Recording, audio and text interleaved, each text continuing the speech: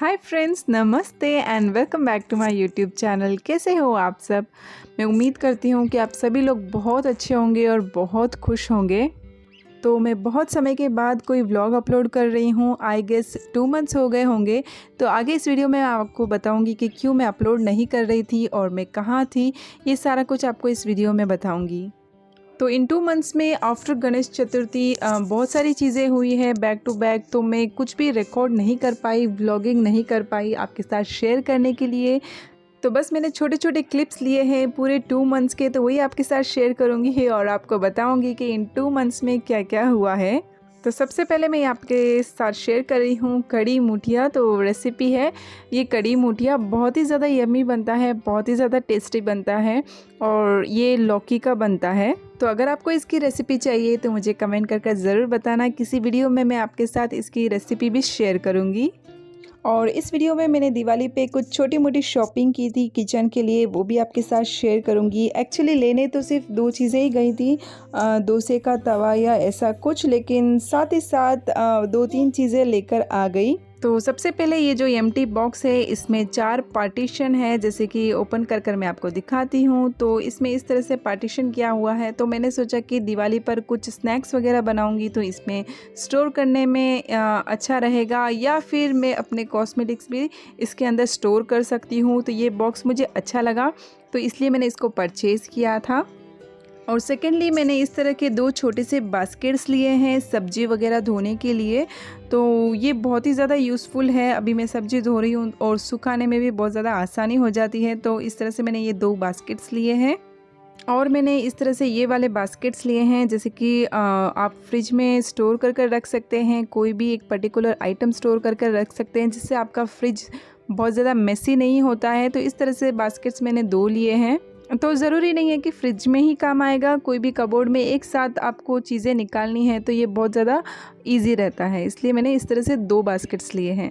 तो एक मैंने ये कढ़ाई ली है। एक्चुअली मुझे बहुत समय से एक कढ़ाई लेनी थी अच्छी सी, थोड़ी मीडियम साइज़ की, लेकिन मैं ले नहीं पा रही थी। आई डोंट नो, कभी कभी ऐसा होता है, लेना तो होता है लेकिन हम लोग हाँ ले लेंगे या फिर किसी बहाने से नहीं ले पाते हैं। लेकिन डोसा तवा बहुत ज़्यादा इम्पोर्टेंट हो गया था क्योंकि बिल्कुल ख़राब हो गया था। तो उसके चक्कर में जब याद आया तो कढ़ाई भी ले ली।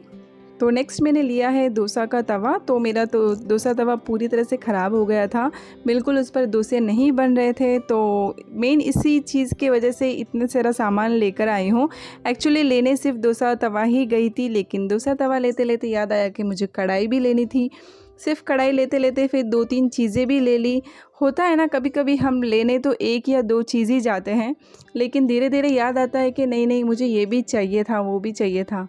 तो बस इसी तरह से होकर 2-3 चीज़ें इस तरह से मैंने ले ली है। और नेक्स्ट मैंने इस तरह से बॉक्स लिया है फ्रिज में रखने के लिए। एक्चुअली इसमें चीज़ या बटर सेपरेटली रख सकते हैं, जिससे फ्रिज बहुत ज़्यादा मेसी नहीं होता है। तो ये एक बॉक्स लिया है और 1-2 छोटी छोटी चीज़ें ली थी जिनको बच्चों ने कहीं पे मिसप्लेस कर दिया खेलते खेलते, तो वो नहीं शेयर कर पाई। तो बस इतना छोटे सा मैंने शॉपिंग की थी दिवाली पर, स्पेशली किचन के लिए। तो अभी मैं आपको बताती हूँ कि एक्चुअली इतने दिनों तक मैंने वीडियो क्यों अपलोड नहीं किया, क्यों इतना लंबा गैप हो गया। एक्चुअली गणेश चतुर्थी के 6 डेज़ के बाद मैं सडनली अपने मम्मी के इधर चली गई थी। और वहाँ पर भी जाने के 2 रीज़न्स थे। एक तो मैं 1 या 1.5 साल के बाद सभी से मिल रही थी। एक्चुअली मेरे सिस्टर्स वगैरह सब लोग वहाँ पे आए हुए थे, और साथ ही साथ घर पर छोटा सा बेबी भी आया था। एक्चुअली मेरे छोटे भाई को बेटी भी हुई थी, तो उससे भी मिलने में गई थी। तो बस ये छोटे से वीडियो क्लिप्स मैंने लिए थे। एक्चुअली बेबी के वेलकम के लिए हम लोगों ने घर सजाया था, तो ये वही क्लिप्स है। तो वहाँ पर जाकर मैंने छोटे छोटे क्लिप्स लिए हैं और ज़्यादा कुछ व्लॉगिंग नहीं कर पाई क्योंकि मेरे घर वाले ज़्यादा कंफर्टेबल नहीं है कैमरा पर आने के लिए। अदरवाइज़ मैं डेफिनेटली व्लॉगिंग करती और सभी को साथ में लेती और आपको इंट्रोड्यूस भी कराती। और क्योंकि बहुत समय के बाद हम लोग इकट्ठे हुए थे, हमारे सिस्टर्स और बच्चे सब लोग, तो हम लोगों ने बहुत एंजॉय किया और बहुत ही जगह, बहुत अच्छी अच्छी जगह हम लोग घूमने भी गए, नियर बाय प्लेसेस, आप जैसे कि देख सकते हो। तो जितने भी दिन रही हूँ बहुत ज़्यादा एंजॉय किया है अपने सिस्टर्स के साथ, बच्चों के साथ, पेरेंट्स के साथ।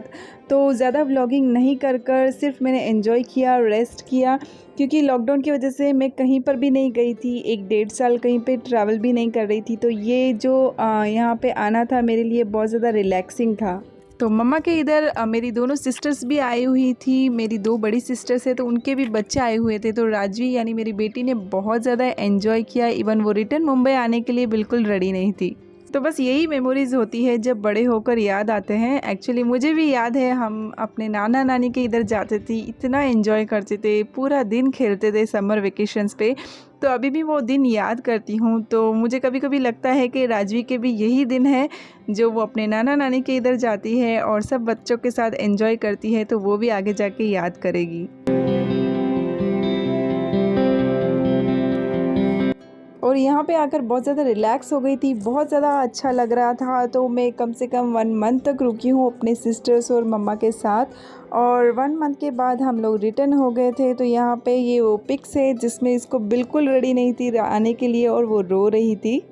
और मुंबई रिटर्न आने के बाद बैक टू बैक फेस्टिवल्स आने लगे, जैसे कि करवा चौथ, और फेस्टिवल्स के साथ ही साथ किचन में वुडन वर्क होने लगा, कबोर्ड्स वगैरह बनने लगे। तो घर इतना ज़्यादा मेसी हो गया था, हम लोगों ने कम से कम 3 दिन तक बाहर से ही खाना मंगवाना पड़ा, क्योंकि घर पर बिल्कुल बना नहीं सकती थी, इतना ज़्यादा मेसी हो रहा था घर किचन, क्योंकि वुडन से बहुत ज़्यादा डस्ट भी हो रहा था, जैसे कि आप देख सकते हो किचन की हालत। तो पहले मेरा किचन ओपन था, यानी कबोर्ड्स वगैरह कुछ नहीं थे और थोड़ा मेसी भी लगता था। और क्योंकि हम लॉकडाउन में यहाँ पे शिफ्ट हुए थे तो बहुत सारा काम बाकी रह गया था, जैसे कि मैंने अपने एक वीडियो में भी आपके साथ शेयर किया है। तो बस इस काम को कंप्लीट करने में 4-5 डेज़ लग गए थे, और 4-5 डेज़ में कई बार हम लोगों ने बाहर से मंगा कर खाया है, क्योंकि बहुत ज़्यादा डस्ट, और साथ में साथ बच्चे भी इतना ज़्यादा फैला देते थे टॉयज़ वगैरह। मुझे तो एक्चुअली कहूँ तो कुछ समझ ही नहीं आ रहा था और वेट कर रही थी कि ये काम कब फिनिश होए और मैं अपना किचन कब क्लीन करूं। तो बस किचन में चाय टाइम से टाइम बच जाती थी, लेकिन खाने का तो बिल्कुल ही टाइम नहीं होता था। हम लोगों को कई बार बाहर से मंगाना पड़ता था या फिर बीच बीच में आकर बनाती थी, तो वो कारपेंटर जो भी काम कर रहा था उसको भी डिस्टर्बेंस होता था। तो बस इसी तरह से चलता रहा। जैसे ही काम ख़त्म हुआ फर्नीचर का यानी किचन में, मैं तुरंत ही सफाई में लग गई, क्योंकि नेक्स्ट दिवाली के लिए भी बहुत ज़्यादा कम दिन रह गए थे। तो इस बीच में अगर मैं व्लॉगिंग करती तो भी मेरा काम का बहुत ज़्यादा लेट हो जाता। तो मैंने सोचा कि कुछ दिन ब्रेक ले लेती हूँ, अपने रूटीन में आ जाती हूँ, देन अगेन व्लॉगिंग शुरू करूँगी, क्योंकि व्लॉगिंग करना भी बहुत ज़्यादा आसान नहीं है। जो काम आप जल्दी से कर सकते हो, अगर आप व्लॉगिंग कर रहे हो तो वो थोड़ा टाइम ले लेता है। तो इस वजह से मैंने थोड़े दिन गैप ले लिया, ताकि रूटीन में आने के बाद अगेन मैं शूट करूँगी। और यहाँ पे ये मैं बना रही हूँ ब्रेड पिज़्ज़ा।